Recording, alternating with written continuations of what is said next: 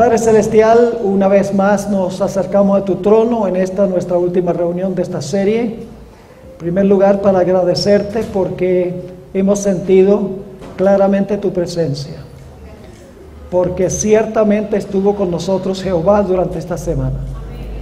Te doy gracias, Padre, por cada una de las personas que ha venido durante la semana, los que están aquí en esta tarde.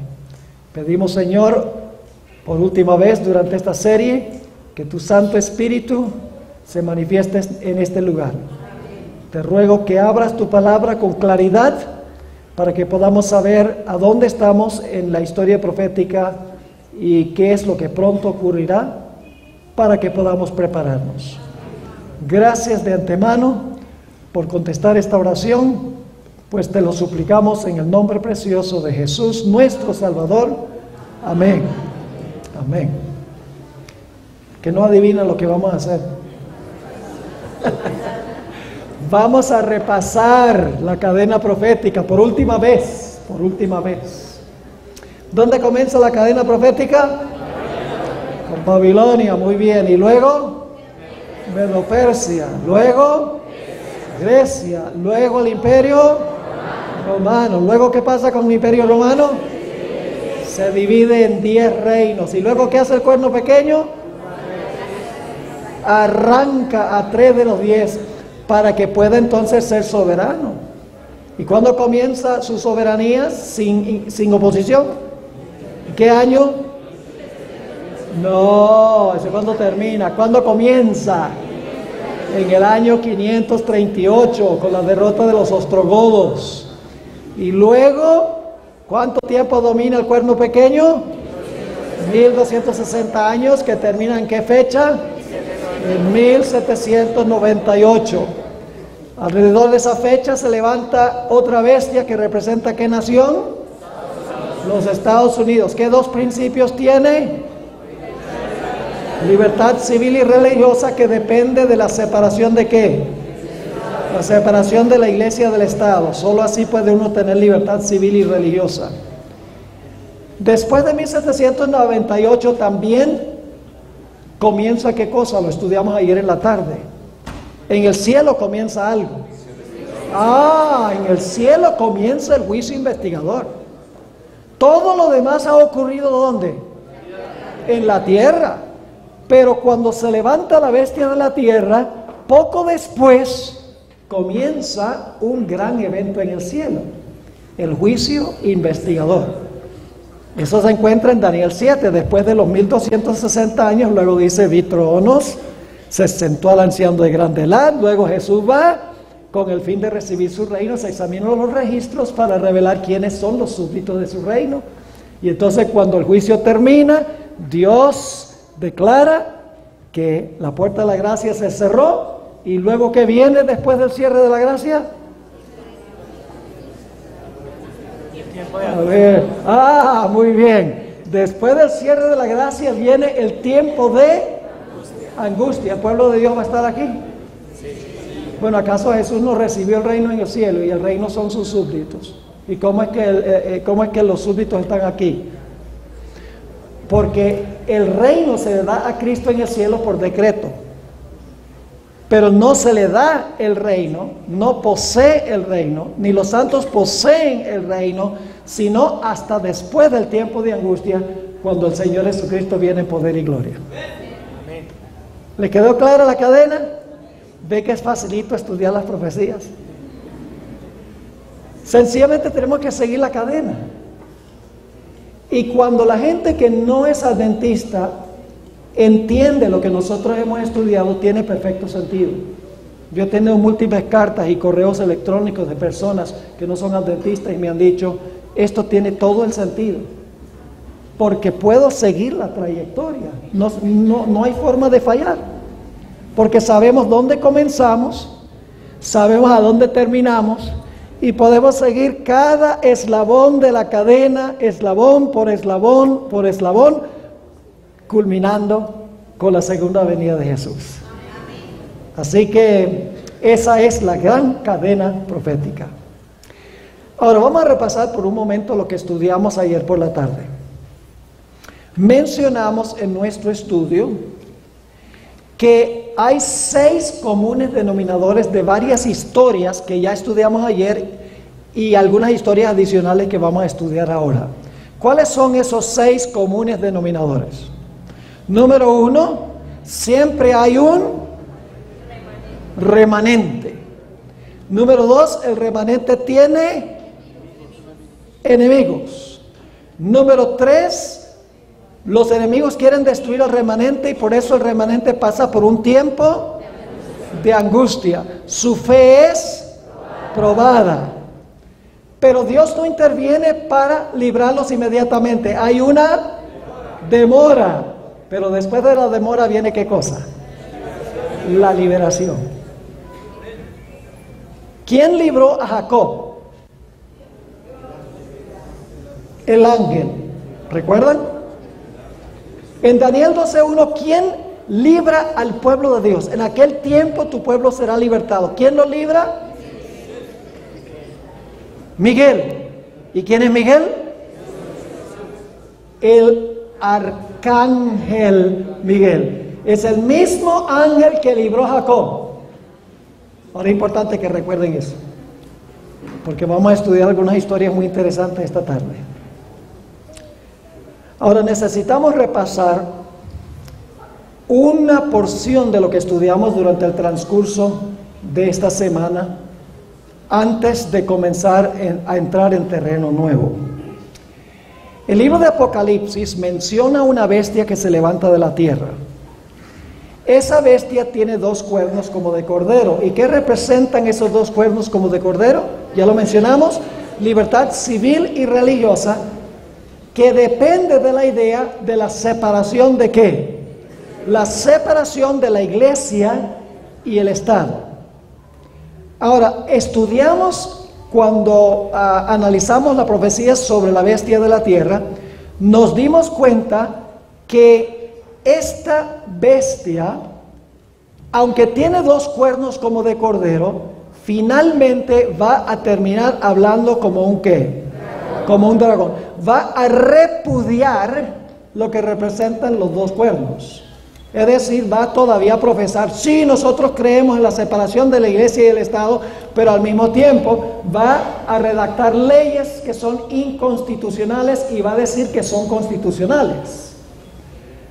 Ahora, quiero invitarles a ir en sus Biblias conmigo a Daniel, el capítulo 3.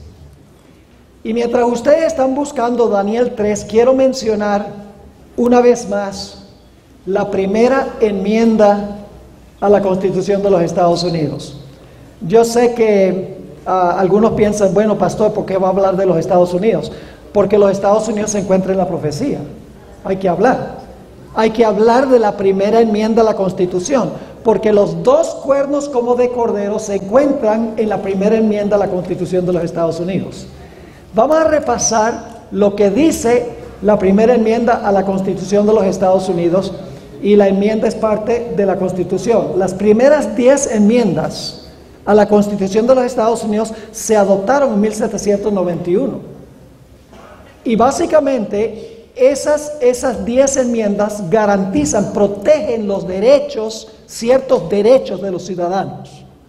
Ahora, la primera enmienda es posiblemente la más importante de todas las enmiendas a la Constitución. Voy a leer nuevamente qué dice la primera enmienda. Dice: el Congreso, que redacta las leyes, el Congreso no hará ninguna ley. ¿Qué significa la palabra ninguna?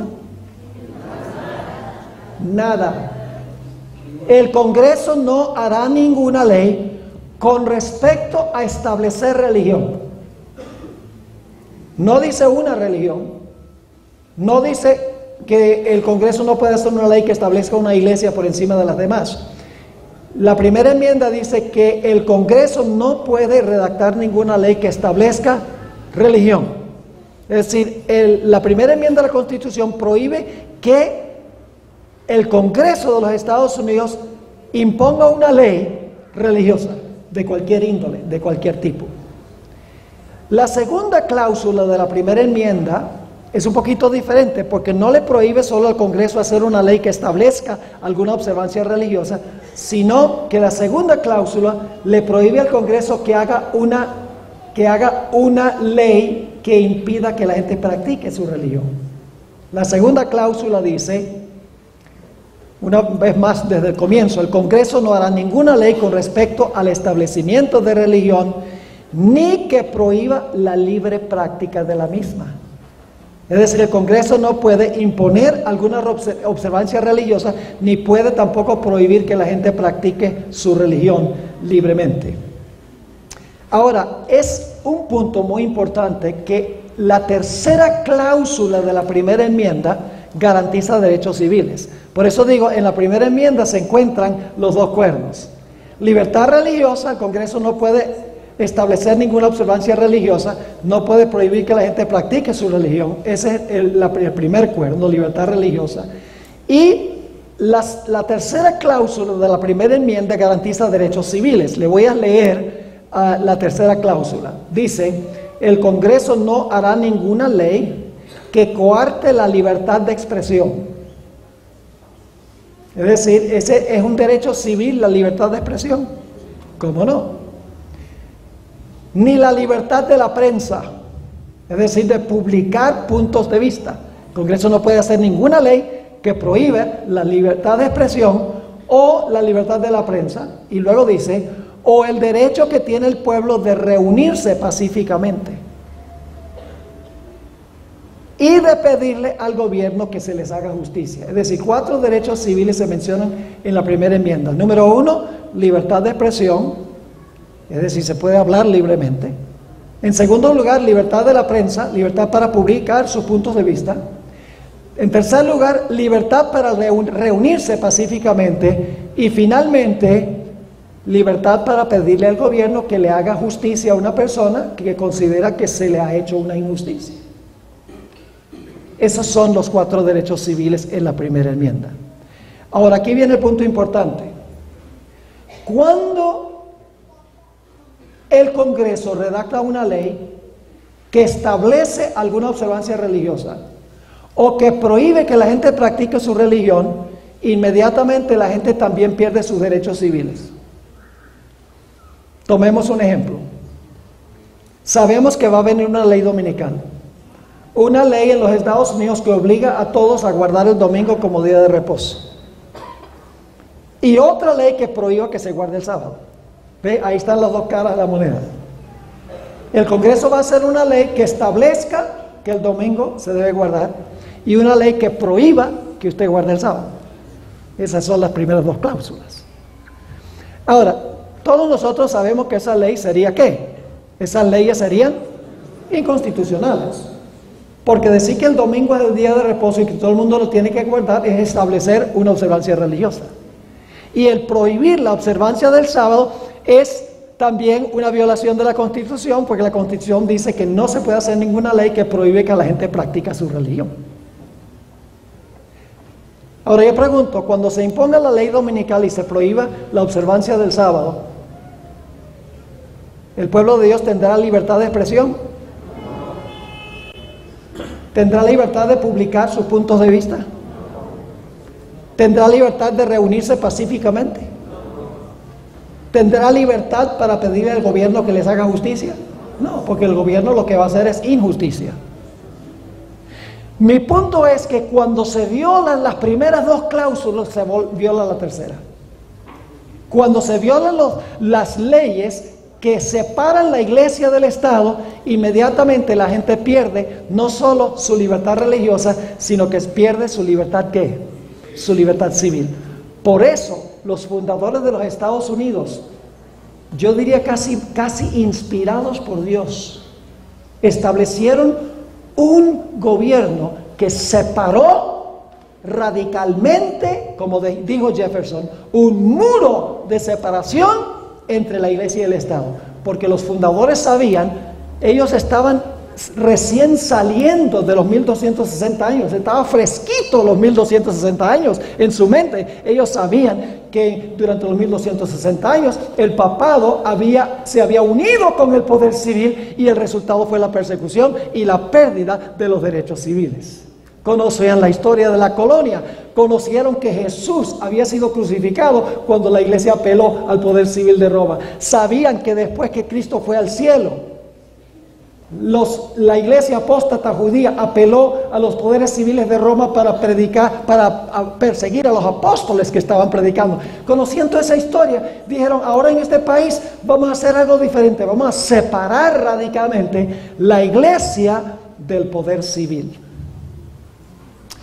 Ahora yo quiero ilustrar un poquito más claramente la importancia de la primera enmienda a la Constitución de los Estados Unidos, porque lo que va a suceder, mis hermanos y hermanas, no crean que se va a eliminar la primera enmienda a la Constitución.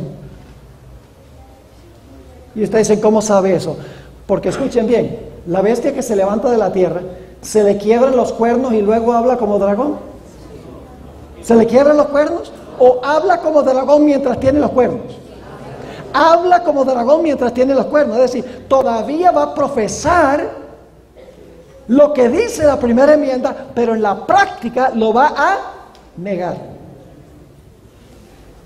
Ahora yo quiero tomar una historia del Antiguo Testamento. Estamos hablando todavía de los 6 comunes denominadores, pero tenía que darles este trasfondo histórico para que podamos entender las siguientes 2 historias que vamos a estudiar. Quiero que vayamos a Daniel 3. Daniel, el capítulo 3. Ahora déjenme decirles que Daniel, el capítulo 3 es la base para la profecía de Apocalipsis 13, 11 al 18. En Daniel 3, fíjense los detalles que tenemos. Todo lo que está en Daniel 3 es literal, pero en el futuro se cumple simbólicamente y mundialmente. Lo que fue local y literal con el Israel literal se va a cumplir en forma global con el pueblo espiritual de Dios al final de la historia. En primer lugar tenemos la bestia. Nabucodonosor vivió por un tiempo como bestia. No, sí vivió como bestia. Así que él simboliza la bestia. ¿Qué levantó Nabucodonosor? Una imagen. ¿Por qué levantó Nabucodonosor esa imagen? Él era el poder civil, ¿verdad que sí? Él tenía las riendas del poder civil. ¿Por qué es que Nabucodonosor levantó esa imagen? Porque tenía ciertos consejeros religiosos. Se llamaban los caldeos, los magos, los adivinos. Es decir, los falsos religiosos le dijeron al rey: mira, rey, en el sueño que tú tuviste en Daniel 2, solo la cabecita era de oro. Porque tú no haces una réplica de esa estatua, pero la haces toda de oro, indicando que Babilonia será eterna, contrariando a Dios. Es decir, el poder civil influye sobre el rey, sobre el poder civil, para levantar esta imagen en el Valle de Dura. ¿Y qué iba a pasar con cualquiera que no adorara esta imagen conforme a la ley del poder civil? Debía morir. Ahora, ¿suena eso parecido a Apocalipsis 13? Ahí se menciona la bestia. ¿Qué hace la bestia? Levanta una ¿qué? Una imagen y manda a todos que adoren a la imagen, y cualquiera que no adore será muerto. Daniel 3 es el fundamento de Apocalipsis 13. Pero escuchen, lo que pasó con el Israel literal, en un valle literal, con una estatua literal, con un rey que se portó como bestia por un tiempo literal, un horno de fuego literal, todo eso llega a representar algo que va a pasar a nivel global con el Israel espiritual de Dios al final de la historia, con el remanente de Dios a nivel mundial. Ahora vamos a analizar la historia de Daniel 3 para ver si conseguimos los comunes denominadores. Y quiero mencionar, la palabra clave es la palabra librar. Solo en 3 lugares de Daniel, del libro de Daniel, se usa la palabra librar. Daniel 3, Daniel 6 y Daniel 12:1. Es decir, que la historia de Daniel 3 y la historia de Daniel 6 ilustran en la historia lo que va a pasar en Daniel 12:1 cuando se levante Miguel para libertar a su pueblo. Ahora vamos a Daniel 3. Ustedes conocen la historia, no la voy a contar toda. Quiero sencillamente recalcarle esta palabra clave. Daniel 3, el rey levantó una imagen, manda que todo el mundo adore la imagen. Quien no adore la imagen será echado en un horno de fuego. 3 jóvenes, el remanente fiel, se paró en el valle de Dura y dijeron: nosotros no. ¿Cuándo es lícito desobedecer al poder civil? Cuando el poder civil se interpone en las cosas de Dios. Yo pregunto, si en Colombia se hiciera una ley dominical, ¿sería legítimo que nosotros desobedeciéramos esa ley? Sí, ¿cómo no? Porque el sábado el día de reposo le pertenece a Dios, no al poder civil. El poder civil no puede legislar lo que le pertenece a Dios. Puede legislar solo en asuntos civiles. Ahora, yo pregunto, ¿estos 3 jóvenes eran ciudadanos ejemplares? Eran ciudadanos ejemplares. La historia lo dice, eran fieles en sus deberes en el reino. Pero cuando el rey se sobrepuso a su nivel de autoridad y legisló asuntos religiosos, los 3 jóvenes se pararon y dijeron: nosotros no vamos a adorar la imagen que ha levantado el poder civil instigado por los líderes religiosos. Vamos al versículo 15. Ahora Nabucodonosor se llena de ira y le dice a los jóvenes: ahora pues estáis dispuestos para que al oír el son de la bocina, de la flauta, del tamboril, del arpa, del salterio, de la zampoña y de todo instrumento de música, os postréis y adoréis la estatua que he hecho, porque si no la adorareis, en la misma hora seréis echados en medio de un horno de fuego ardiendo. ¿Y qué Dios será aquel que os libre de mi mano? Ahí está el desafío. ¿Qué Dios los va a librar a ustedes del horno? Los jóvenes tienen una respuesta.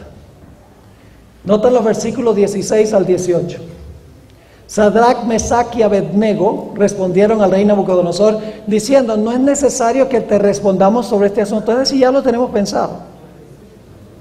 He aquí, nuestro Dios, a quien servimos, puede librarnos del horno de fuego ardiendo, y de tu mano, oh rey, nos librará. ¿Cuál es la palabra clave? Librar. Pero ellos no son presuntuosos. Ellos no le dicen a Dios: mira, nosotros somos fieles, tú tienes que librarnos. Estos jóvenes aman a Dios y sirven a Dios, venga lo que venga. El versículo 18 dice: y si no, si Dios no nos libra, si escoge no librarnos, sepas, oh rey, que no serviremos a tus dioses, ni tampoco adoraremos la estatua que has levantado. Remanente fiel. Ahora el rey Nabucodonosor, como dicen los puertorriqueños, se enfogonó, se enfureció, se ardió. Dice la sierva de Dios que la cara de Nabucodonosor parecía la cara de un demonio. Mandó a calentar el horno 7 veces más caliente. Ahora yo no creo que tenía un termómetro. 7 significa que lo calentó tan caliente que más caliente no podía ser.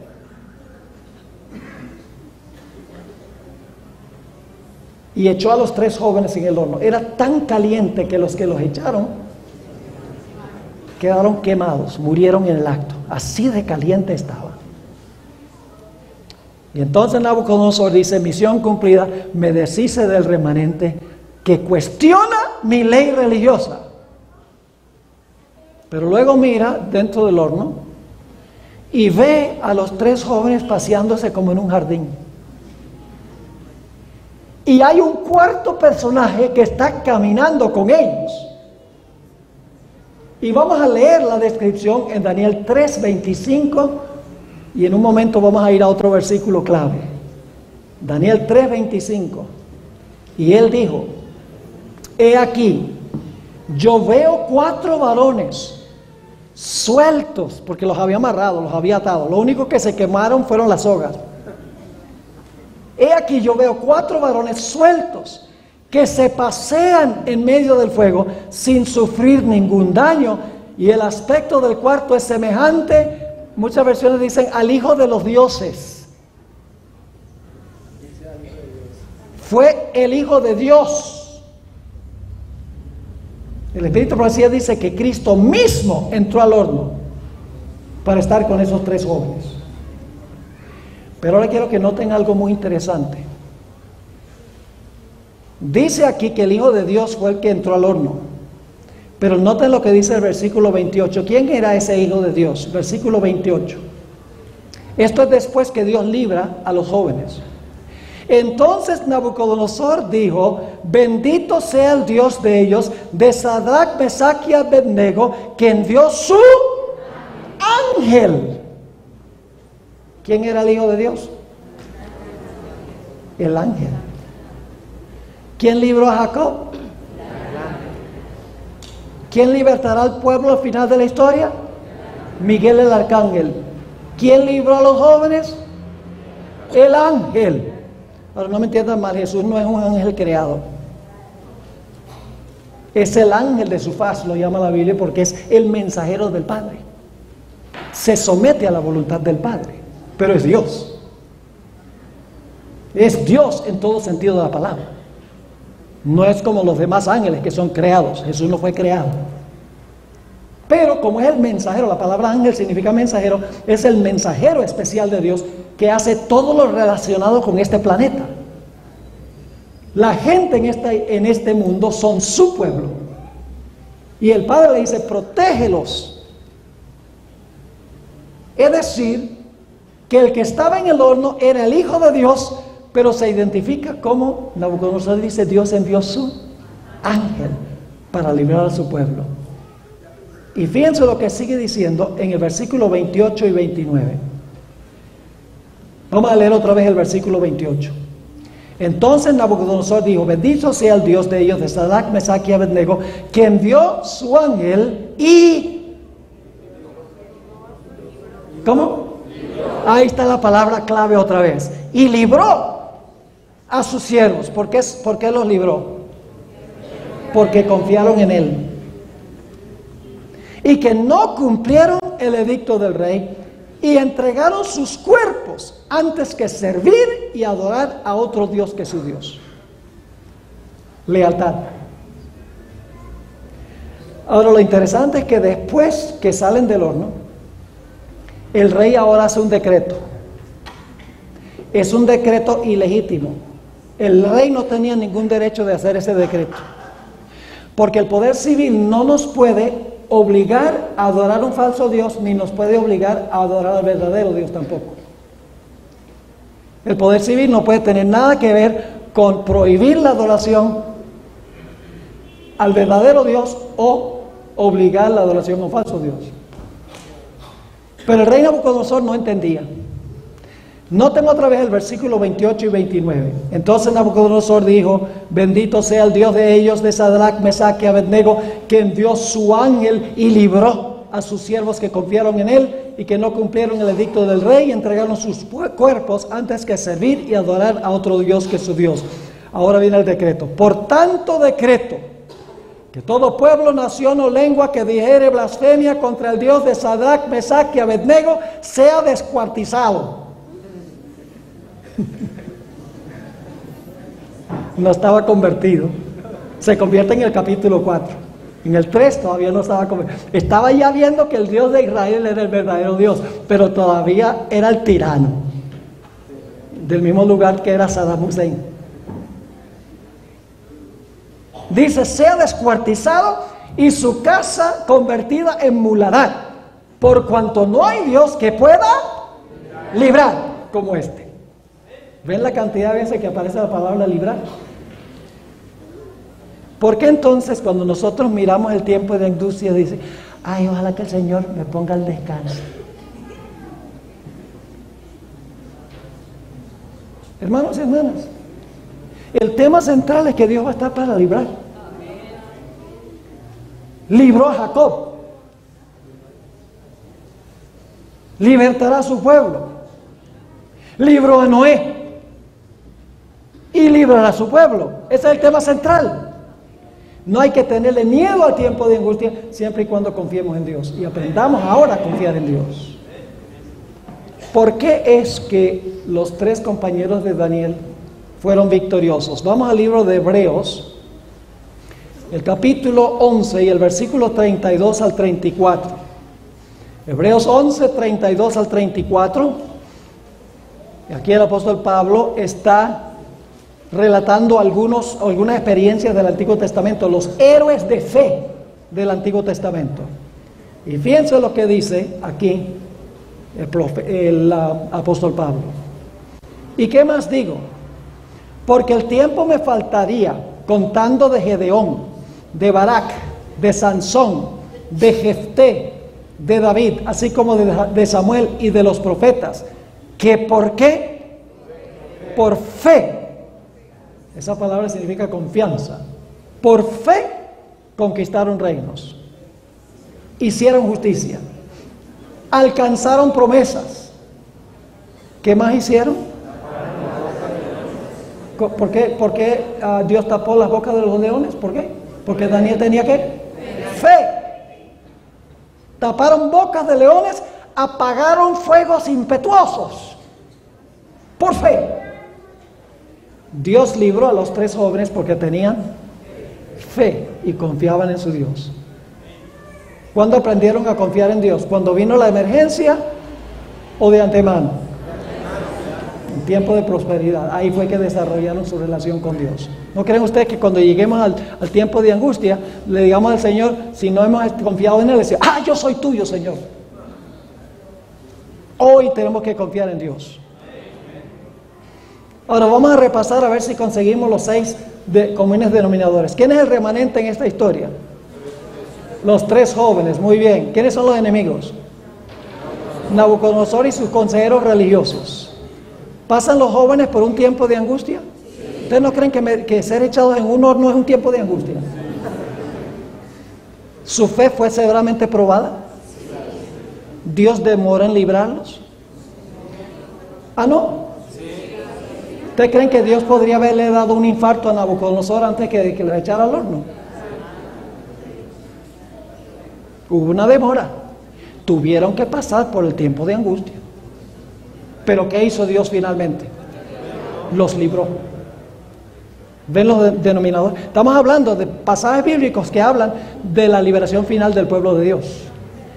Ahora queremos ir a otro capítulo que está relacionado con este. Daniel, el capítulo 6. Daniel, el capítulo 6. Ahora escuchen, Daniel 3 ilustra lo que pasa cuando el poder civil, instigado por el poder religioso, impone una observancia religiosa, establece una observancia religiosa. Daniel 6 demuestra lo que sucede cuando el poder civil impone una ley que prohíbe que la gente practique su religión. Es decir, Daniel 3 es una ilustración viva de la primera cláusula de la primera enmienda. ¿Qué pasa cuando el gobierno establece religión? Y Daniel 6 es una ilustración de lo que pasa cuando el gobierno prohíbe que la gente practique su religión. ¿Ustedes conocen la historia de Daniel, el capítulo 6? Los enemigos de Daniel odiaban a Daniel. Y vamos a ver por qué odiaban a Daniel. Daniel 6 y el versículo 5. Daniel 6 y el versículo 5. Entonces dijeron aquellos hombres: no hallaremos contra este Daniel ocasión alguna para acusarle, si no la hallamos contra él en relación con la ¿qué? Con la ley de su Dios. Daniel 3 tiene que ver con los mandamientos y la adoración. ¿Qué mandamientos hubieran violado los jóvenes si se hubieran inclinado ante la imagen? No tendrás dioses ajenos delante de mí, no te harás imagen. Esos son los dos principales. ¿Hubieran practicado falsa adoración? Sí. Así que el conflicto era adoración y la ley. Yo pregunto, en Daniel capítulo 6 también tiene que ver con la ley y la adoración. ¿Cómo no? Ese es el conflicto final. El conflicto final no tiene que ver con el petróleo del Medio Oriente. ni es los musulmanes contra los judíos. Es a quien usted adora y a quien usted obedece. Ese es el conflicto final. Ahora, estos individuos odiaban a Daniel, no hallaban nada contra él, sino en su relación con Dios. Es decir, Daniel era fiel al gobierno civil. En toda cosa legítima del poder civil, él era fiel. Y eso se demuestra porque ellos dicen, nosotros no podemos conseguir nada contra este Daniel, porque toda su administración del reino es honesta. Tenemos que conseguirla en su relación con Dios. Y por lo tanto ahora van al rey, nuevamente los consejeros del rey, diciéndole al poder civil, oye, nosotros te queremos mucho. Vamos a leer Daniel 6 y el versículo 6 al 9. Entonces estos gobernadores y sátrapas se juntaron delante del rey y le dijeron así: Rey Darío para siempre vive. Todos los gobernadores del reino, magistrados, sátrapas, príncipes y capitanes han acordado por consejo que promulgues un edicto real y lo confirmes, que cualquiera que en el espacio de 30 días demande petición de cualquier dios u hombre fuera de ti, oh rey, sea echado en el foso de los leones. ¿Qué está haciendo el rey? ¿Está estableciendo religión? No. El rey está diciendo, todo el mundo tiene que orar así. No, está diciendo, nadie puede ¿qué? Orar o hacer una petición sino al rey. Está prohibiendo la libre práctica de la oración. Está prohibiendo que la gente ore. ¿Ven que es diferente que Daniel capítulo 3? Es la segunda cláusula. Prohíbe la libre práctica de orar. Ahora sigue diciendo en el versículo 8: ahora, oh rey, confirma el edicto y fírmalo, para que no pueda ser revocado, conforme a la ley de Media y de Persia, la cual no puede ser abrogada. Firmó pues el rey Darío el edicto y la prohibición. ¿Era legítima o ilegítima esta ley? Ilegítima, porque la oración le pertenece ¿a quién? El poder civil no puede prohibir que la gente ore. La gente puede orar como quiere, porque la oración es un deber que le pertenece a Dios, no le pertenece al presidente Santos, ni a ningún otro presidente. ¿Están entendiendo que el poder civil no puede legislar nada que tiene que ver con religión? Porque la religión tiene que ver con la relación de la persona y su Dios. El poder civil no tiene nada que ver con eso. Así que Daniel sabe que se ha proclamado este edicto prohibiendo que practique su religión y ore a su Dios. Y Daniel se va a su casa y dice, bueno, no hay razón para enojar a esta gente. Voy a seguir orando, pero voy a cerrar las ventanas.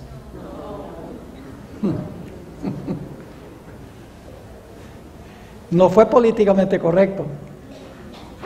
Dice en el versículo 10, cuando Daniel supo que el edicto había sido firmado, entró en su casa y, abiertas las ventanas de su cámara que daban hacia Jerusalén, se arrodillaba. Tiene que ver con adoración, ¿sí o no? Se arrodillaba 3 veces al día y oraba y daba gracias delante de su Dios como lo solía hacer antes.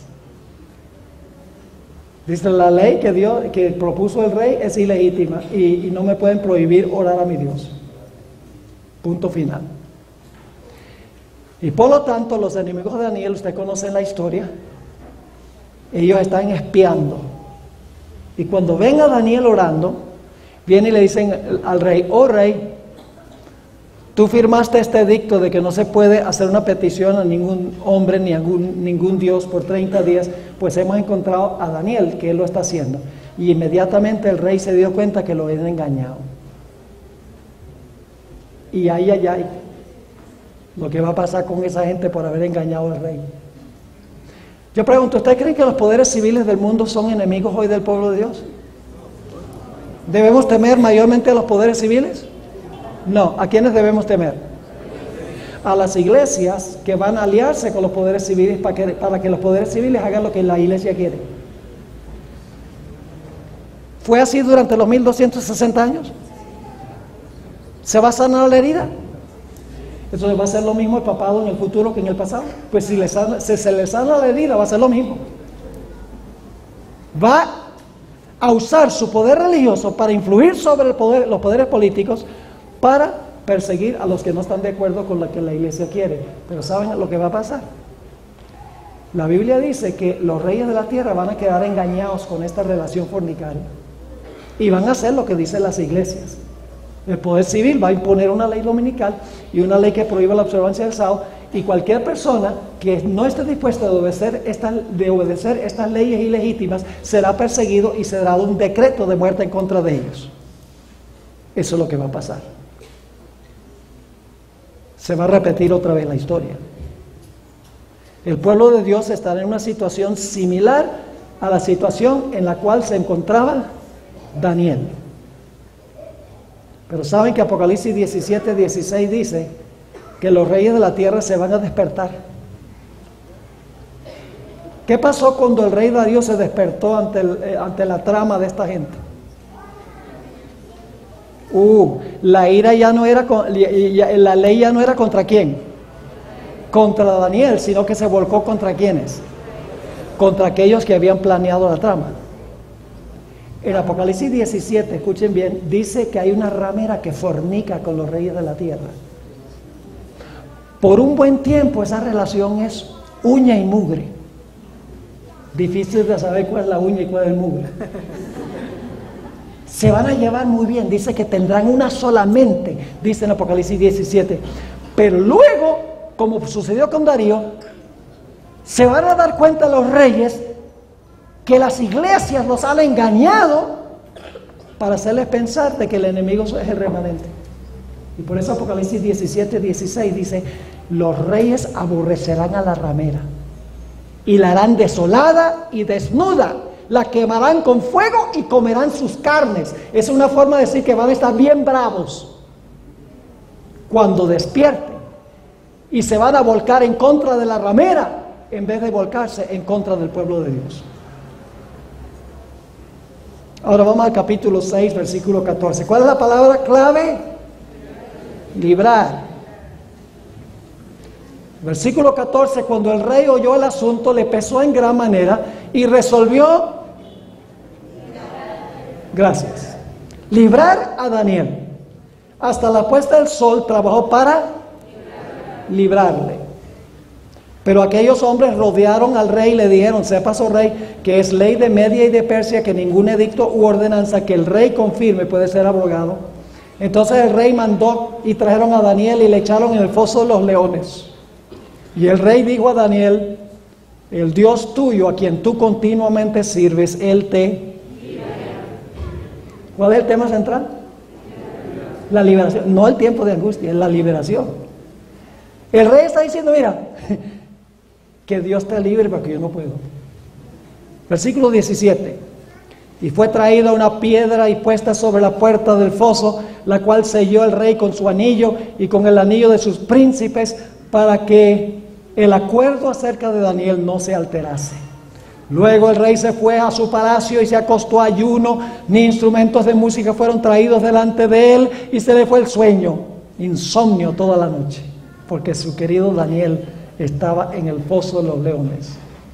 El rey pues se levantó muy de mañana y fue apresuradamente al foso de los leones, y acercándose al foso llamó a voces a Daniel con voz triste y le dijo: Daniel, siervo del Dios viviente, el Dios tuyo, a quien tú continuamente sirves.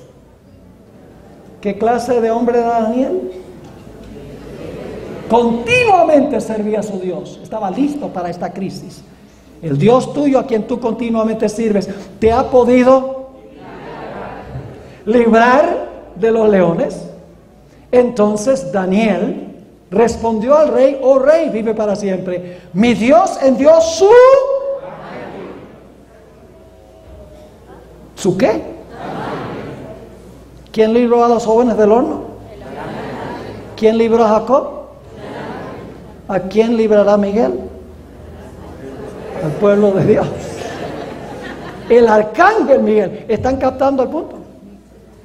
Dice: envió su ángel, el cual cerró la boca de los leones para que no me hiciesen daño, porque ante ti fui hallado inocente. Es decir, ante el poder civil era inocente. Y aún delante de ti, oh rey, yo no he hecho nada malo. Entonces se alegró el rey en gran manera a causa de él, y mandó sacar a Daniel del foso, y fue Daniel sacado del foso, y ninguna lesión se halló en él, porque había confiado en su Dios. Ahí está otra vez la fe, la confianza. ¿Cuándo desarrollamos esa confianza? Cuando llega la crisis decimos, crisis, fe, préndete fe. No. Ahora que tenemos que confiar en Dios. Ahora el rey no entendió lo que Dios quería enseñarle, porque el rey ahora hace un decreto que es ilegítimo también. Versículo 25 al 27. Entonces el rey Darío escribió a todos los pueblos, naciones y lenguas que habitan en toda la tierra: paz os sea multiplicada. De parte mía es puesta esta ordenanza, que en todo el dominio de mi reino todos teman y tiemblen ante la presencia del Dios de Daniel. ¿Es legítimo ese decreto? No, porque el poder civil no puede decirle a la gente que teman y tiemblen ante Dios. Es un asunto personal. El poder civil no nos puede obligar a hacer eso. Y luego sigue diciendo que en todo el mundo de mi reino, el dominio de mi reino, todos teman y tiemblen ante la presencia del Dios de Daniel, porque Él es el Dios viviente y permanece por todos los siglos, y su reino no será jamás destruido, y su dominio perdurará hasta el fin. Y Él salva y libra, y hace señales y maravillas en el cielo y en la tierra. Él ha librado a Daniel del poder de los leones. ¿Cuál es el tema central? La liberación. No le tenga miedo al foso. No le tenga miedo al fuego. Si tiene confianza en Dios. No le tengamos miedo al tiempo de angustia. Preparemos una relación con Dios ahora, para que cuando lleguemos a ese tiempo, en vez de tener miedo a los leones y tener miedo al fuego, queramos vindicar el carácter de Dios. ¿Quién es el remanente fiel en Daniel 6? Daniel. ¿Quiénes son los enemigos? Los que prepararon la trama, los consejeros del rey. ¿Pasó Daniel por un tiempo de angustia? ¿Se probó su fe? ¿Dios se demoró en librarlo? Toda la noche. ¿Sí o no? Toda la noche se demoró. ¿Pero qué pasó? ¿Finalmente lo libró? Ahora vamos a otro libro que ilustra los mismos comunes denominadores. El libro de Esther. El libro de Esther. Nuevamente en Esther el conflicto tiene que ver con la adoración y la ley. Lo vamos a ver en un momento. El conflicto en el libro de Esther tiene que ver con la ley de Dios y con la adoración. Vamos a el libro de Esther, el capítulo 3 y el versículo 1. Después de estas cosas, el rey Asuero engrandeció a Amán, hijo de Amedata, Agageo, y lo honró, y puso su silla sobre los príncipes que estaban con él. Y todos los siervos del rey que estaban a la puerta del rey, ¿qué hacían? Se arrodillaban y se inclinaban ante Amán. ¿Ante quién solamente debemos arrodillarnos e inclinarnos? Ante Dios. ¿Qué estaba exigiendo Amán? Adoración. ¿Y quién había mandado que se le rindiera ese homenaje a Amán? El rey. ¿Fue ilegítima esa ley del rey de que todos tenían que inclinarse y arrodillarse ante Amán? ¿Era ilegítima esa ley? Sí, señor. Sigue diciendo, pero Mardoqueo ni se arrodillaba ni se humillaba. ¿Hay un remanente fiel en esta historia? ¿Tiene que ver con la adoración? Dice la sierva del Señor, no crean que lo que Amán quería era que se inclinara Mardoqueo en señal de respeto. No, lo que Amán quería era adoración. Fíjense esta cita de Testimonios para la Iglesia, tomo 5, página 425. El edicto persa brotó de la malicia de Amán hacia Mardoqueo, no porque Mardoqueo le hubiese hecho daño, sino porque se negaba a mostrarle la reverencia que pertenece solamente a Dios. Lo que estaba queriendo Amán era adoración, y el rey lo había decretado de esa manera, una ley ilegítima. Así que Amán ahora se llena de furia, porque no se está obedeciendo la ley ilegítima del rey de que se le rinda homenaje. Y por lo tanto, ahora Amán va ante el rey y prepara una trama muy interesante. Vamos a los versículos 8 y 9 del capítulo 3. Y dijo Amán al rey Asuero: hay un pueblo esparcido y distribuido entre los pueblos en todas las provincias de tu reino. Y luego, ¿qué dice? Y sus leyes son diferentes de las de todo pueblo. ¿En qué era diferente la ley de ellos? En que ellos no sé qué, no se inclinaban ni arrodillaban ante Amán, porque la ley de ellos dice: no tendrás dioses ajenos delante de mí, no te inclinarás a ellas ni las honrarás. Sus leyes son diferentes de las de todo pueblo, y como resultado, ¿qué? No guardan las leyes del rey. ¿Cuál ley del rey no guardaban? La de que se debía rendir homenaje e inclinarse ante ¿quién? Ante Amán. Y por lo tanto ahora dice: y al rey nada les beneficia el dejarlos vivir. Si place al rey, decrete que sean destruidos, y yo pesaré 10,000 talentos de plata a los que manejan la hacienda, para que sean traídos a los tesoros del rey. Es decir, va a prosperar tu reino, te vas a enriquecer si matas a esta gente. ¿Hay un remanente fiel en esta historia? ¿Quién es? Mardoqueo. ¿Tiene enemigos? Amán y su esposa, no vamos a hablar de su esposa, ella era en realidad la que preparó toda la trama. ¿Pasa el pueblo de Israel por un tiempo de angustia? Déjenme leerles, y ustedes me van a decir si la descripción que voy a leer ahora, después de este decreto, fue un tiempo de angustia. El capítulo 4, 1 al 3.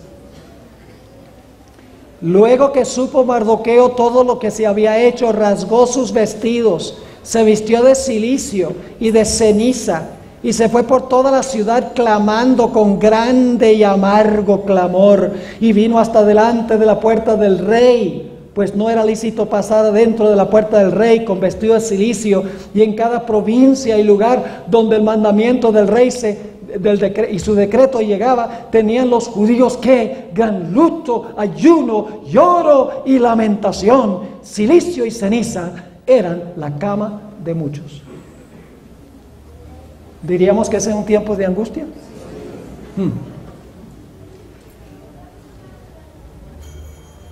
¿Dios los libró inmediatamente? Hay que leer todo el libro de Esther, una serie y trama de eventos cuando ellos están bajo el decreto de muerte. Y finalmente, ¿qué sucede? Después de una demora, después de varios eventos que ocurren, ¿qué pasa con el pueblo de Dios? El pueblo de Dios es librado de manos de sus enemigos. Ahora déjeme leerle una cita del Espíritu de Profecía, donde ella dice que esta historia se va a repetir. Testimonios para la Iglesia, tomo 5, página 425. Testimonios para la Iglesia, tomo 5, página 425, dice: el decreto que ha de proclamarse contra el pueblo de Dios será muy similar al que promulgó Asuero contra los judíos en el tiempo de Esther. El edicto persa brotó de la malicia de Amán hacia Mardoqueo, no porque Mardoqueo le hubiese hecho daño, sino porque se negaba a mostrarle la reverencia que pertenece solamente a Dios. La decisión del rey contra los judíos fue obtenida con falsas declaraciones, por calumnias contra ese pueblo peculiar. Satanás inspiró el plan a fin de desarraigar de la tierra a aquellos que preservaban el conocimiento del verdadero Dios. Pero sus maquinaciones fueron derrotadas por un poder contrario que reina entre los hijos de los hombres. Los ángeles, que son poderosos en fortaleza, fueron comisionados para que protegiesen al pueblo de Dios, y las maquinaciones de sus adversarios recayeron sobre sus propias cabezas. Y ahora va a ser la aplicación. El mundo protestante de hoy ve en la pequeña compañía que guarda el sábado un Mardoqueo a la puerta. ¿Quién representa a Mardoqueo? Al remanente. ¿Y qué ve el mundo protestante? En este remanente ve un ¿qué? Un Mardoqueo a la puerta. Su carácter y su conducta, que expresan reverencia por la ley de Dios, son una reprensión constante para los que han desechado el temor de Jehová y están pisoteando su sábado. De alguna manera hay que deshacerse del molesto intruso. ¿Ven todos los elementos en esta historia? ¿Cuál es el tema central? Los judíos todos murieron, ¿verdad que sí? No, ninguno murió. La sierva de Dios dice, ángeles excelsos se presentaron para librar al pueblo de Israel cuando vino el día de la batalla. Ahora quiero que vayamos a la ilustración más poderosa del tiempo de angustia por el cual pasará el pueblo de Dios. Me refiero al tiempo de angustia de Jesús, nuestro gran ejemplo. El remanente en los evangelios de Jesús. ¿Tenía Jesús enemigos? Hablemos al final ya de su vida. ¿Tenía enemigos? ¿Era mayormente gente religiosa? ¿Y qué hicieron? Apelaron al poder civil para desarraigarse de su enemigo. ¿Suena familiar? Ahora yo pregunto, cuando Jesús estaba en el Getsemaní, ¿su fe fue severamente probada? ¿Pasó Jesús por un tiempo de angustia? Solamente tienen que leer el capítulo del Getsemaní en el Deseo de todas las gentes. La Biblia dice que fue tan terrible su tiempo de angustia que sudó gotas de sangre. Cuando clamó a su padre, Padre, si puedes quitar de mí esta copa de tu ira, porque lo que tenía la copa era la ira de Dios. Lo mismo que tienen las copas en Apocalipsis. Las plagas que Dios derrama vienen de copas donde se derrama la ira de Dios.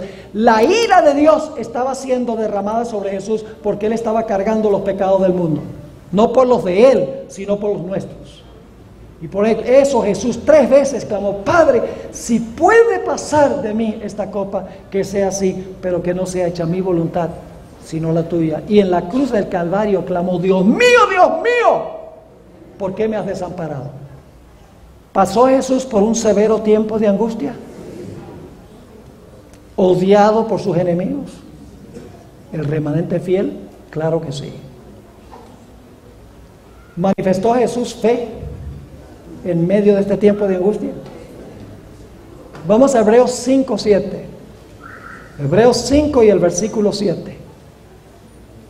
Aquí habla de la angustia de Jesús en el Getsemaní. Este versículo casi nunca se conecta con el Getsemaní, pero está hablando en Hebreos de la experiencia de Jesús en el Getsemaní. Dice, y Cristo, en los días de su carne, ofreciendo ruegos y súplicas. ¿Qué ofreció Jesús? Ruegos y súplicas.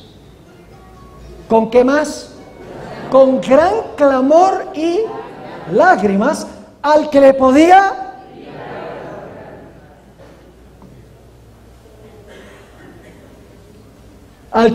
librar de la muerte. Y luego dice, y fue oído a causa de su temor reverente. ¿Qué pidió Jesús? ¿Que el Padre lo qué? ¿El Padre lo libró? Sí, fue oído. ¿Fue oído inmediatamente? Sí fue oído inmediatamente, pero no fue librado inmediatamente. ¿Hubo una demora en la liberación de Jesús? Sí. Ahora déjenme leerles Deseado de todas las gentes, página 704. Deseado de todas las gentes, página 704. Jesús no dependió de sus emociones en su tiempo de angustia. O sea, el problema que nosotros tenemos hoy en día es que dependemos de nuestras emociones, de cómo nos sentimos. Ay, pastor, yo no siento que Dios me perdona. No crea que Dios le perdone porque lo siente, sino porque Dios lo dice. La Biblia dice, si confesamos nuestros pecados, Él es fiel y justo para perdonar nuestros pecados y limpiarnos de toda maldad. Créalo porque Dios lo dice, no porque lo siente. Porque el diablo va a tratar de convencerlo de que no lo sienta. Y si nosotros no creemos que Dios nos perdona, es una falta de fe. Porque Dios promete que sí, va a perdonarnos. Y si decimos, no, yo no me siento perdonado, estamos cuestionando la promesa de Dios. Fíjense esta cita de cómo venció Jesús en su tiempo de angustia. Entre las terribles tinieblas, aparentemente abandonado de Dios, Cristo había vaciado las últimas heces de la copa de la desgracia humana. En esas horrorosas horas, había confiado en la evidencia que antes recibiera de que era aceptado de su Padre. ¿Dependió de qué?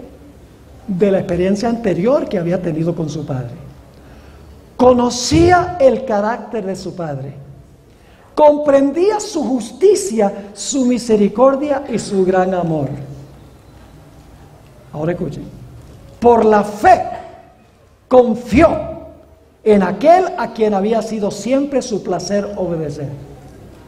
Y mientras sumiso se confiaba a Dios, desapareció la sensación de haber perdido el favor de su Padre. Por la fe, Cristo venció.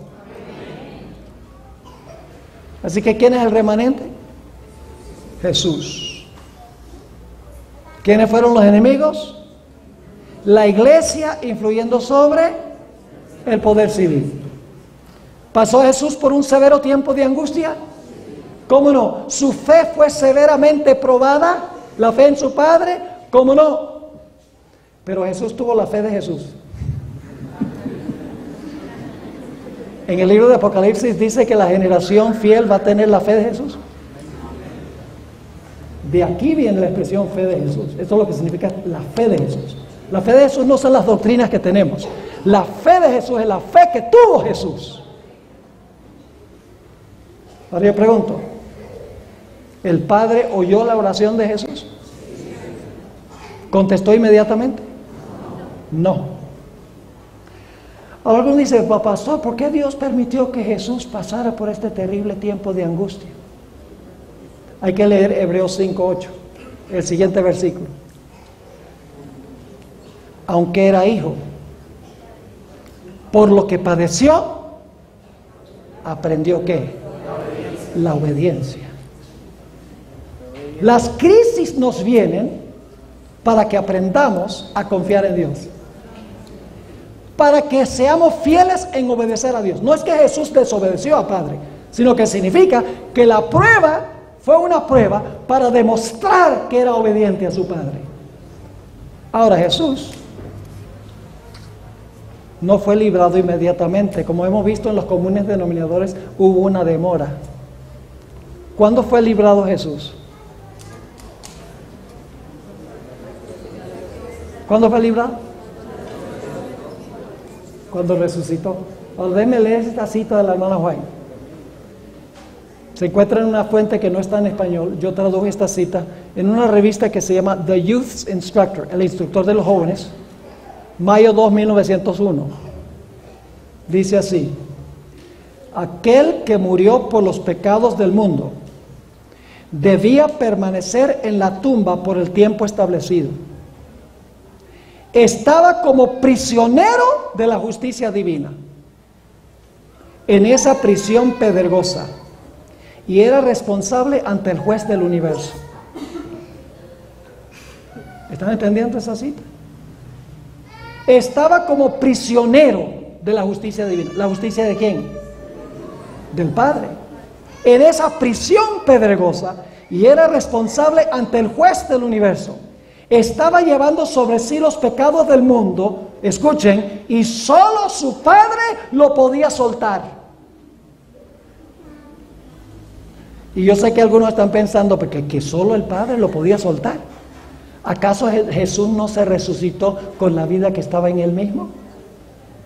Vamos a leer Juan 10, 17 y 18.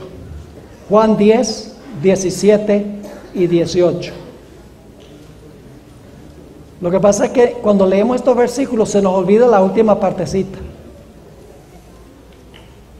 ¿Tiene la hermana White razón cuando dice que solo el Padre lo podía soltar? Escuchen esto. Dice Jesús, por eso me ama el Padre, porque yo pongo mi vida para volverla a tomar. Él pone su vida para volverla a tomar. Él puso su vida y tenía el poder para volverla a tomar. Nadie me la quita, sino que yo de mí mismo la pongo. Tengo poder. Ahora, debo decirles algo en cuanto a esa palabra poder. Es una mala traducción. Hay una palabra poder en la Biblia que es la palabra dunamis, de donde viene esta palabra dinamita. Esa no es la palabra aquí. La palabra aquí es exousia, que significa autoridad. Es decir, Jesús está diciendo aquí, tengo autoridad para ponerla y tengo autoridad para volverla a tomar. Pero ¿quién le dio la autoridad? Este mandamiento recibí de mi Padre. ¿Tenía Jesús autoridad para poner su vida? ¿Quién le dio permiso? ¿Tenía autoridad para volver a tomar su vida? ¿Quién le dio permiso? El Padre.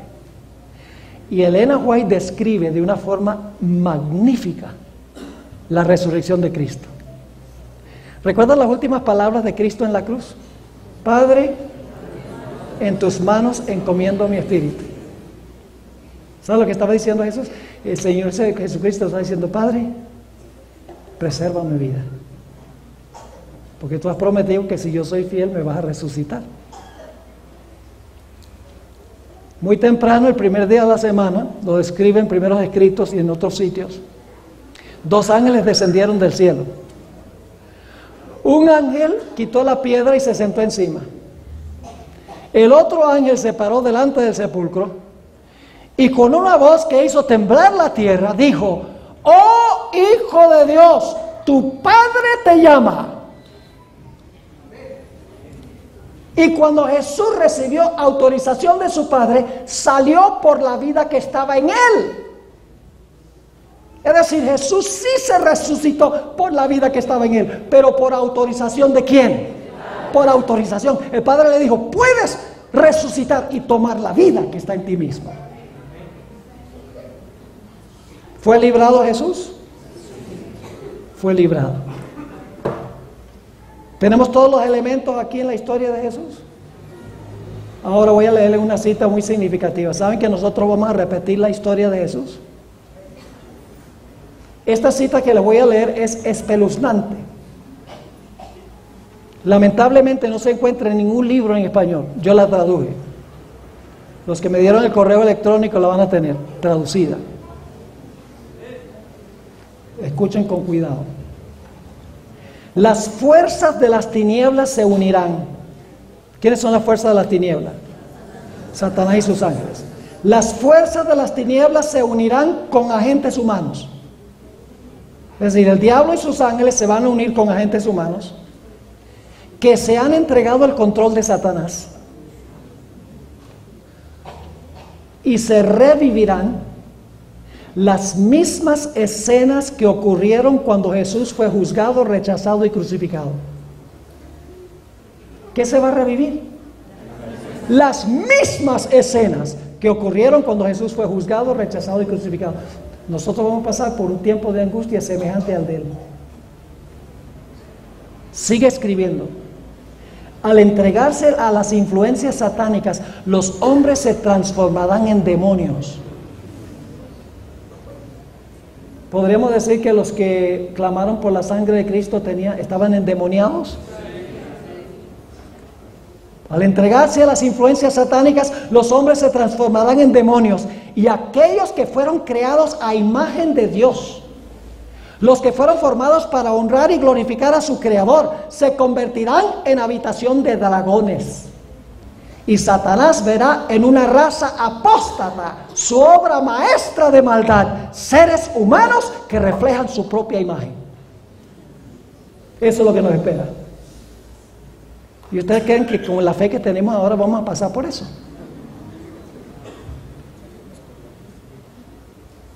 Hermanos y hermanas, el propósito de esta semana es que nosotros nos despertemos y nos consagremos espíritu, alma y cuerpo al Señor.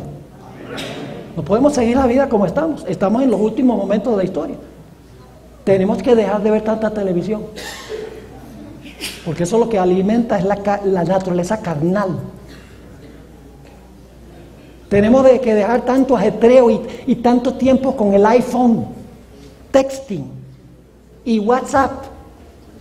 Dedicamos horas y horas para comunicarnos en cosas ridículas que no tienen ni siquiera importancia.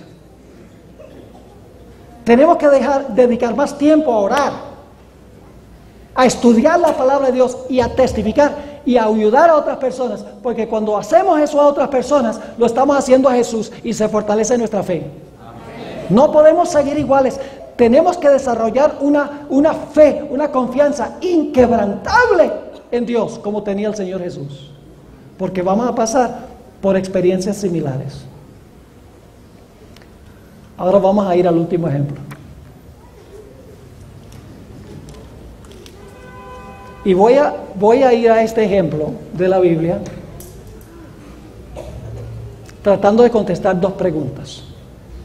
Número uno, ¿por qué permite Dios que su pueblo pase por este terrible tiempo de angustia que acabo de describir si ama tanto a su pueblo? ¿Por qué? ¿Por qué no ahorrarles la agonía inconcebible del tiempo de angustia? ¿Por qué no llevárselos en el rapto? Como creen muchos cristianos. Por dos razones. Y para ilustrar esas dos razones voy a mencionar la historia de Job. El libro comienza con una descripción de la prosperidad de este hombre en la tierra. Riquísimo. Muchos siervos, 10 hijos, una esposa que lo apoyaba, amigos por todas partes, muchas bestias, riquísimo, el más rico de todo el oriente, dice allí. Y después de introducir a Job, que dice que varón recto, temeroso de Dios, apartado del mal, Dios lo describe así. La escena cambia al cielo. Y en el cielo se realiza una reunión donde se presentan los hijos de Dios. Entre los cuales vino ¿quién? Satanás. Ahora me pregunto, ¿quiénes son los hijos de Dios? Son los representantes de los mundos que nunca pecaron, que dicho sea de paso son ángeles. Los otros mundos no tienen un Adán. Los otros mundos Dios le ha asignado a un ángel el representar ese mundo. Tienen que ver las presentaciones sobre los 24 ancianos en YouTube. Ahí tengo una presentación entera sobre quiénes son los hijos de Dios. Y ustedes dicen, ¿cómo sabemos eso? Déjenme darles una razón nada más. Satanás vino representando ¿qué? Entonces, ¿los otros quiénes eran? Pues si Satanás vino representando un planeta, ¿quiénes eran los otros? Pues también deben de representar planetas, porque ellos no viven en la presencia de Dios, vinieron un día a presentarse delante de Jehová, es decir, no viven ahí. Y después de la reunión se fueron, y luego cuando viene la segunda reunión, dice, vinieron otra vez. Se fueron a sus planetas otra vez después de la reunión. Dios tiene reuniones de negocios. Y ojalá tuviera tiempo de hablarles sobre cómo la organización de la iglesia refleja la organización celestial.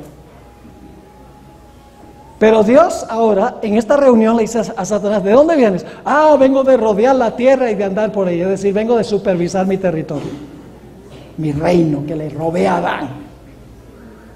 Y entonces Dios, con un toque de orgullo, dice: ¿no has considerado mi siervo Job? Vive en tu territorio, pero es siervo mío. Varón recto, temeroso de Dios, apartado del mal. Y Satanás dice, delante del jurado celestial, dice: claro que sí. Tú lo has cercado con un muro protector y no me has permitido que lo toque. Él te sirve por los panes y los peces. Él te sirve porque tú lo proteges, porque tú lo prosperas, porque tú le das todo a Él. ¿Quién no te va a servir así? ¿Quiénes están escuchando la conversación? El jurado celestial. Ahora, Dios podría haber dicho: no le hagan caso, es un mentiroso. Pero hubiera existido dudas en las mentes de los seres celestiales. Pues sí, Dios le ha puesto un cerco y Dios lo ha prosperado. ¿Quién sabe si Satanás tenga razón? Y Satanás dice: si tú me permitieras quitarle lo que tiene, te blasfemaría en tu rostro. Se vería que Él te sirve por interés y no por amor. Y el jurado celestial está escuchando, está viendo lo que está pasando. Job no sabe que él es el tópico de conversación. Y Dios le dice: así tú dices que Job me va a blasfemar a mi rostro. Si permito que le quites todo, te doy permiso. Ve y quítale todo.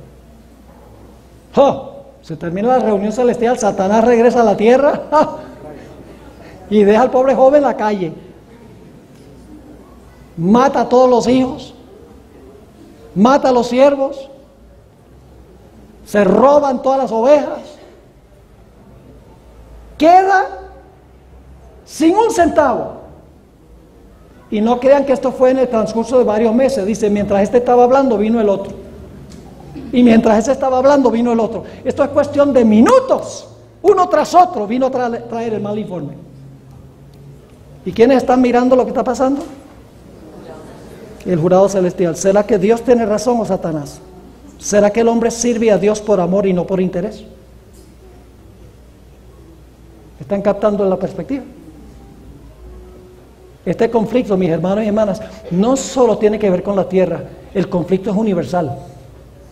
Los seres celestiales están involucrados. Satanás engañó a una tercera parte de los ángeles. Sus argumentos tienen que haber sido poderosos. Engañosos sí, pero poderosos para engañar a una tercera parte de los ángeles. Así que Satanás va y le quita todo, y Job dice: Dios dio y Dios quitó. Bueno, él creía que Dios quitó, no tenía toda la luz. Dice: Dios dio y Dios quitó, sea alabado el nombre de Jehová. Y el jurado celestial dice: amén, aleluya. Dios tiene razón. Job sirve a Dios por amor y no por interés. Aunque le vengan males, sirve a Dios. Como los 3 jóvenes en el horno y Daniel en el foso. Después de la reunión, ahora Satanás es invitado a otra reunión. En el Antiguo Testamento, Satanás le había robado el puesto a Adán, por eso él va allá representando el mundo. Hasta que Cristo le arrebató el puesto. Cuando Jesús dijo: el príncipe de este mundo será echado fuera, se refería a su muerte. Cuando Cristo murió, ya Satanás no iba representando este mundo, el representante es Jesús. Así que se realiza una segunda reunión. Dice: vino una segunda reunión y vinieron otra vez a presentarse delante de Jehová, el jurado celestial. Y Dios le dice a Satanás: ¿de dónde vienes? De rodear la tierra y de andar por ella. Y entonces Dios se le infló un poquito más el pecho. Y con orgullo dice: ¿has considerado a mi siervo Job? Que aunque tú me incitaste en contra de él, aún conserva su integridad, aunque le has quitado todo. El jurado celestial está presente escuchando. Satanás dice: claro, no me dejaste tocarlo a él. Pero si tú me dejaras tocarlo a él, te blasfemaría en tu rostro. Y el jurado celestial dice: de verdad que Dios le prohibió que lo tocara a él. ¿Será que si se permite que Satanás lo toque a él, entonces se va a rendir y va a apostatar? ¿O será que seguirá siendo fiel a Dios, venga lo que venga? Pues resulta que Dios le dice a Satanás, no hay problema. Ve y haz lo que tú quieras con él, solo que no lo mates. Porque si lo matas ya no hay más prueba. Así que Satanás sale y dice, oiga, yo voy a ir a mi laboratorio y voy a conseguir la peor enfermedad de la cual dispongo. La palabra hebrea es shekin, que eran las llagas que salieron en Egipto. Dice que desde la mollera de la cabeza hasta la planta del pie no tenía una partecita de su cuerpo que no tuviera estas llagas. Y dice que era tan terrible que se rascaba con una teja. Ahora no solamente ha perdido todas sus posesiones, sino que ha perdido su salud también. Y ya va a perder a su esposa, el apoyo de su esposa. La esposa le dice, mira, todos los males que te están viniendo, ¿cómo es que tú todavía eres fiel a Dios? ¿Es la emisaria de quién? De Satanás. Eso es lo que estaba diciendo Satanás. Le dice, mira, maldice a Dios y muérete. ¿Quién había dicho que Job iba a maldecir a Dios? Satanás. Ella es el instrumento en las manos de ¿quién? De Satanás. ¿Y qué dice Job? Suele hablar como las mujeres fatuas.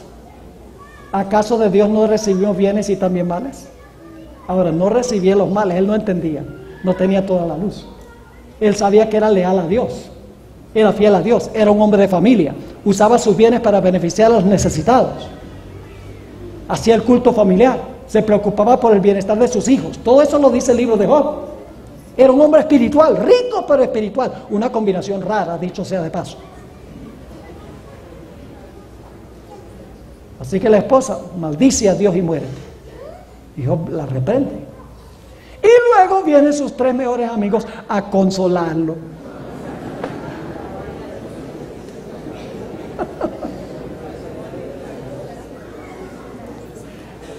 Y dice que se sientan 7 días ahí, no pueden creer lo que ven. Porque se ha estado rascando con una teja, está desfigurado. Y dice que se echan cenizas, señal de abatimiento. Y para hacer una larga historia corta, los 3 amigos especiales de Job ahora se convierten en sus acusadores. Le dicen, esto te pasa porque tú eres un grandísimo pecador arrogante. Y otro de sus amigos dice, ¿cómo tú puedes seguir siendo fiel a Dios cuando te trata de esta manera? ¿Emisarios de quién son? De Satanás. Pero ahora escuchen, aquí viene la trama principal de la historia. Después del capítulo 2, desaparecen los personajes que se mencionan al principio. Desde el capítulo 3 hasta el capítulo 38 no se menciona nada del cielo. Todo lo que se menciona es lo que está ocurriendo en la tierra. En todos esos capítulos, Job está clamando a Dios, pidiéndole a Dios una explicación de por qué le está pasando esto. Lo interesante es que si ustedes leen esos capítulos van a encontrar que se usa mucho lenguaje legal, mucho lenguaje de juicio, porque en realidad esto es una ilustración del juicio investigador cuando Satanás acusa al pueblo de Dios y Dios lo defiende. Y Job en todos estos capítulos le habla a Dios porque él piensa que ha perdido su mejor amigo, que es Dios. Él piensa que Dios lo ha desamparado y no entiende por qué. Y no crean que porque él pensó que Dios lo había desamparado, que eso es pecado, porque Jesús también se sintió desamparado. Y clama a Dios y le dice a Dios, mira, si yo pudiera ir a tu trono y explicar mi situación, tú entenderías mis argumentos. ¿Por qué guardas silencio? ¿Qué es lo que me está pasando? ¿Por qué te has volcado en contra mía? Y ustedes leen esos capítulos y Job está pidiéndole explicaciones a Dios. ¿Qué es lo que está pasando? ¿Por qué me ha abandonado? ¿Por qué mi mejor amigo se ha volcado en contra mía? Finalmente llega el capítulo 38 y se rompe el silencio. Y Dios le dice a Job, ahora cállate que voy a hablar yo.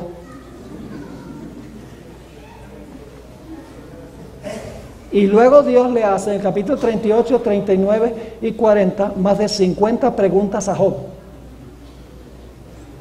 Entre las cuales dice, ¿dónde estabas tú, gusano de hombre, cuando yo hice este mundo?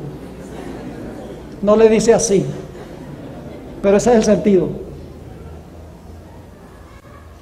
Y por cada pregunta que le hace Dios, Job va disminuyendo y disminuyendo y disminuyendo hasta el punto que él dice, ¿quién soy yo para cuestionar a Dios? Ahora, cuando Dios le da esta revelación, en el capítulo 40 Job dice, ya no voy a hablar más. Ya veo que yo soy un insignificante ser humano. ¿Quién soy yo para pedirte explicaciones? Ya no hablo más, dice Job. Pero volvió a hablar. ¿Saben cuándo volvió a hablar? Los eruditos que han estudiado el libro de Job se sorprenden de que Satán le causó todos esos males en el capítulo 1 y 2 y no reaparece en el libro. El que le causó todos los males aparentemente desaparece del libro, pero no desaparece. En el principio del libro se llama Satán. En el capítulo 41 se denomina Leviatán. Si ustedes van al Salmo 74 van a encontrar que el Leviatán era una criatura marina que tenía múltiples cabezas. Y si van a Isaías 27:1, dice que el Leviatán era la serpiente retuerta y el dragón. ¿Quién es Leviatán? Satanás. Es más, el último versículo del capítulo 41 dice que Leviatán es el rey de todos los soberbios. Ahora, no hubiera sido sorpresivo para Dios introducir a Leviatán, porque las sociedades paganas alrededor del tiempo de Job creían que había un enemigo de los dioses que se llamaba Lotán, que tenía múltiples cabezas. Ahora, Job no era politeísta, era monoteísta. Pero al oír la palabra Leviatán, él dice, ¡oh! Ya sé quién me ha estado causando estos males. No es Dios, es Leviatán. Y Dios le pregunta, ¿puedes tú destruir a Leviatán, oh Job? Pueden leer el capítulo 41. El Leviatán no es una criatura conocida, porque dice que respira humo y de la boca le sale fuego, y que es indestructible. Y Dios le dice a Job, ese es el que te ha causado los males, ¿puedes tú destruirlo a él? Ahora, después que Dios le da a Job una visión de Leviatán, ahora Job entiende lo que le ha estado pasando, que su enemigo no es Dios, que su enemigo es Satanás. Y por lo tanto, en el capítulo 42, Job dice, perdón, Señor, tengo que hablar de nuevo. Y le dice, de oídas te había oído, mas ahora mis ojos te ven. No está hablando de los ojos físicos, está diciendo, ¿ahora qué? Entiendo, porque son los ojos del entendimiento. Dice, ahora entiendo. Y dice que se arrepintió en saco y ceniza. No se estaba arrepintiendo del pecado, se estaba arrepintiendo de haber cuestionado a Dios. Y luego Job fue prosperado con mucho más que lo que había tenido antes, con el doble de lo que había tenido antes, por haber pasado la prueba. Ahora vamos a mirar si esta historia tiene todos los elementos. ¿Hay un remanente fiel? Job. ¿Tiene enemigos? Satanás. Sus tales amigos. Inclusive dice, las naciones me escupen en el rostro. Dice en el capítulo 31. Las naciones que lo admiraban ahora estaban escupiendo en el rostro. ¿Pasó Job por un tiempo de angustia? Ni hablar. ¿Su fe fue severamente probada? Ahora escuchen, Job no siempre se quejó en todos esos capítulos. Tenía momentos de brillantez. Es decir, estaba en el valle como Jesús, pero a veces llegaba a un pico. Decía, yo sé que mi Redentor vive. Dice, aunque me matare, aún en Él confiaré. Es decir, tiene sus momentos de que demuestra gran fe, pero también expresa por qué. Como Jesús dijo, ¿por qué me has desamparado? ¿Se demoró Dios en responderle? Bastante, ¿verdad? ¿Lo libró finalmente? Ahora, las dos razones por las cuales Dios permitió que Job pasara por esta experiencia. Número uno, para vindicar el carácter de Dios ante el universo. Para demostrar que Job servía a Dios por puro amor y no por interés.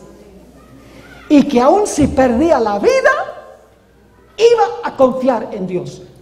Por eso este tema se llama la generación fiel. Y al final de la historia, mis hermanos y hermanas, Dios tendrá toda una generación de personas que será fiel como lo fue Job. Un remanente que dirá, aunque tenga que morir por el decreto de muerte, aún en Él confiaré. Yo sé que mi Redentor vive. Esa será la generación final.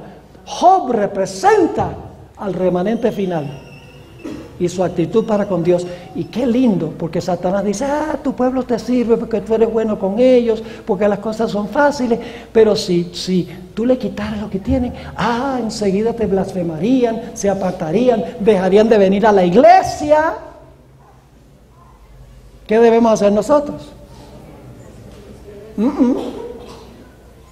Fíjense que la gente se va de la iglesia por cualquier tontería. No, el hermano me ofendió.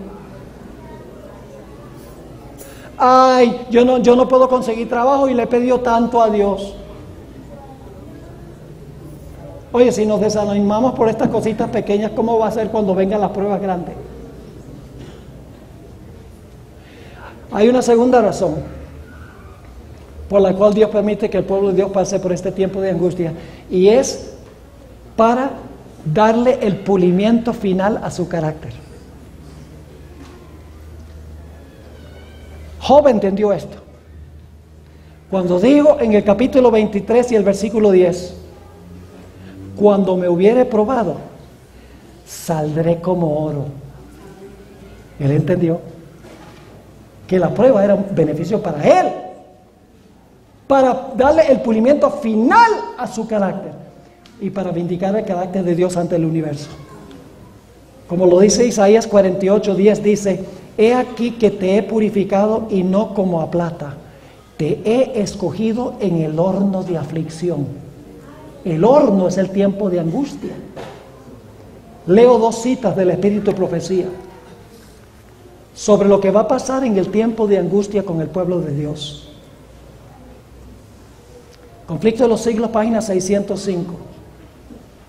Hablando de los que pasan por este tiempo, su fe no decae si sus oraciones no reciben inmediata contestación. ¿Una demora? Aunque sufren la ansiedad, el terror y la angustia más desesperantes, no dejan de orar. Echan mano del poder de Dios, como Jacob se aferró al ángel, y de sus almas se exhala el grito, no te soltaré hasta que me hayas bendecido. La experiencia de Jacob repetida en el pueblo de Dios. La página 606 dice la sierva del Señor, hablando de los que pasan por este tiempo, su aflicción es grande. Las llamas del horno parecen estar a punto de consumirlos. Fíjense que menciona, ¿las qué? Yo pregunto, después que los jóvenes salieron del horno de fuego y Daniel salió del foso de los leones, ¿ustedes creen que algo en el mundo podía sacudir la fe después de ellos después de eso? Su caso quedó fijo para siempre. Por eso Dios permite que pasemos por el tiempo de angustia, para que nuestra confianza en Dios se fije para siempre. Su aflicción es grande, las llamas del horno parecen estar a punto de consumirlos, pero el refinador los sacará como oro purificado por el fuego. El amor de Dios para con sus hijos durante el periodo de su prueba más dura es tan grande y tan tierno como en los días de su mayor prosperidad. Ahí está Job. Pero necesitan pasar por el horno de fuego. Debe consumirse su mundanalidad. En realidad es una mala traducción. Voy a inventar una palabra que no existe en español. Debe consumirse su terrenalidad. En inglés es la palabra earthliness. Es decir, todo lo que los vincula con este mundo tiene que consumirse. Debe consumirse todo lo que los ancla a este mundo para que la imagen de Cristo se refleje perfectamente. Esa es la generación final. Sin embargo, hoy en día hay teólogos, inclusive en nuestra iglesia, que están diciendo: Dios entiende que es imposible vencer el pecado. Dios entiende que la naturaleza pecaminosa es débil y que vamos a seguir pecando hasta que Cristo venga. Entonces, cuando Él venga, va a arreglar todo. Eso no lo enseña ni la Biblia ni el Espíritu de Profecía. El Espíritu de Profecía dice que Dios tendrá un pueblo fiel, un pueblo victorioso sobre la naturaleza pecaminosa. El que dice que no podemos vencer el pecado porque tenemos una naturaleza pecaminosa, lo que están diciendo es que Dios no tiene suficiente poder para darnos la victoria sobre la naturaleza pecaminosa, que nuestra naturaleza pecaminosa es más poderosa que Dios. Eso es lo que están diciendo. Dios tendrá una generación fiel. Pero ahora termino con esto, mis hermanos y hermanas. La gente más perfecta es la que se considera más imperfecta. Hay una diferencia entre perfección y perfeccionismo. Los fariseos eran perfeccionistas. ¿Saben por qué? Porque los fariseos se miraban a sí mismos y yo estoy bien, bien, qué bueno soy yo. ¿Y saben qué más hacían? Y fíjense aquel que no es vegano. El fariseo se considera perfecto y a todos los demás imperfectos. El que es perfecto dice: miserable hombre de mí que soy pecador. El más perfecto dice: ten misericordia de mí, oh Señor. Dice: ¿quién me librará del cuerpo de esta muerte? En el tiempo de angustia, mis hermanos y hermanas, el pueblo de Dios no se mirará a sí mismo como perfecto, sino que dice la hermana White que en angustia no verá nada bueno en su vida. Pero cuando nosotros nos sentimos muy imperfectos, es que Dios nos ve como perfectos. Esa es la ironía de la vida. ¿Y saben algo interesante? Los perfectos se sentían incómodos en la presencia de Jesús, mientras que los imperfectos se sentían perfectamente cómodos. Así que no seamos perfeccionistas. No digamos: yo diezmo y él no. Yo no como carne y él sí. Yo no como huevos y él sí. No me entienden más. Debemos dejar la carne, hermanos y hermanas. La vida vegana es la mejor que hay. La vida vegetariana es la mejor que hay. Pero no nos dediquemos a criticar a otros. Tenemos suficientes luchas con nosotros mismos.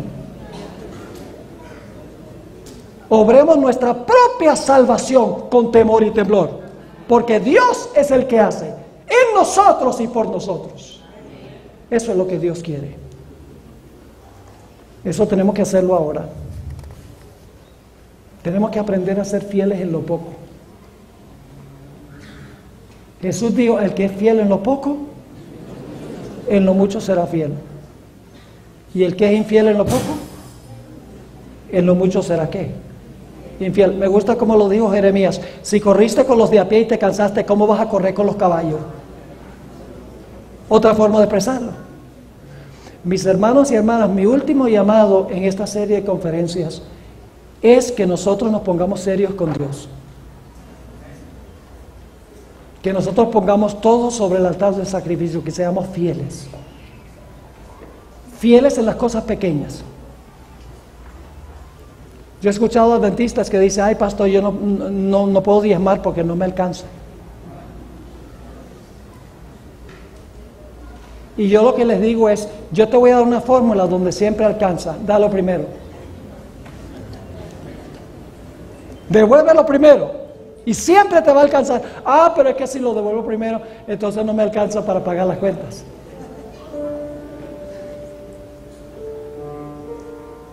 Pero esos mismos adventistas dicen, yo no me alcanza para devolver el 10%, pero cuando nos tengan que entregar todo por Cristo, lo entrego. ¿Qué nos hace pensar que si no le devolvemos el 10%, de repente se lo vamos a entregar todo? Esas son las responsabilidades pequeñas, como nos preparamos para las pruebas grandes. Quiero preguntar en esta tarde, al concluir esta serie de conferencias, ¿cuántos quieren que yo tenga una oración para que Dios nos ayude a ponernos serios, que este espíritu de esta semana no desaparezca de nosotros, sino que tomemos la decisión ahora de que vamos a dedicarnos total y completamente a Dios? Nuestro tiempo, nuestro tesoro, nuestros talentos, nuestra vida, todo lo vamos a poner en el altar del sacrificio. Ni siquiera les pedí que se pusieran de pie y se pusieron de pie. Gloria a Dios. Ahora, hermanos, hagámoslo. Dediquémonos a nuestra vida espiritual.